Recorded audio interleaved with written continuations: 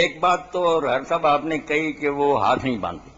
یہ آپ کے علم میں ہونا چاہیے کہ ہاتھ باندھنا نماز میں کوئی فرض واجب نہیں ہے. ہم جو سنی حضرات باندھتے ہیں نا، ہم بھی یہ نہیں کہتے کہ کوئی لازمی شاید اچھا ہے اگر کوئی باندھ لے، ورنہ امام شافعی رحمۃ اللہ علیہ باندھنے کے قائل ہیں، پھر بھی کہتے ہیں کہ اگر کوئی آدمی لٹکا کر پڑھے اور ان سے بیجا حرکتیں نہ کرے، سکون اور وقار کے ساتھ کھڑا رہے، فلا باس، کوئی حرج نہیں. اور امام مالک تو کھلم کھلا کہتے ہیں کہ پڑھنی چاہیے ہاتھ چھوڑ کر.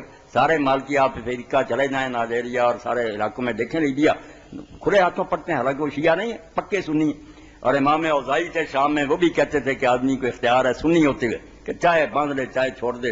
اور امام لیث ابن سعد تھے امام مالک کے زمانہ مصر میں ان کا مسلک چلتا تھا، وہ بھی کہتے تھے کہ کھلے ہاتھ پڑھنا چاہیے. بڑے بڑے امام ہیں بیٹا، اہل سنت کے تابعین ہیں، بڑے بڑے امام حسن بصری، سعید بن المسیب، ابراہیم نخعی، ابو حنیفہ کے دادا استاد محمد ابن سیرین، یہ سارے لوگ کھلے ہاتھ سے نماز پڑھتے تھے.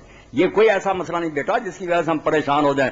ایک اچھا کام ہے اگر ہم باندھتے ہیں، ورنہ وہ بھی طریقہ ٹھیک ہے. عبداللہ ابن زبیر صاحب بھی ہاتھ چھوڑ کر پڑھتے تھے. مصنف ابن ابی شیبہ اگر کوئی اہل علم لے لے تو اس میں دیکھ رہے باب باندھا ہوا کہ ان لوگوں کا بیان جو ہاتھ چھوڑ کر نماز پڑھے، بڑے بڑے ہمارے اہل سنت کے تابعین اور صحابہ. کوئی مسئلہ نہیں بیٹا یہ.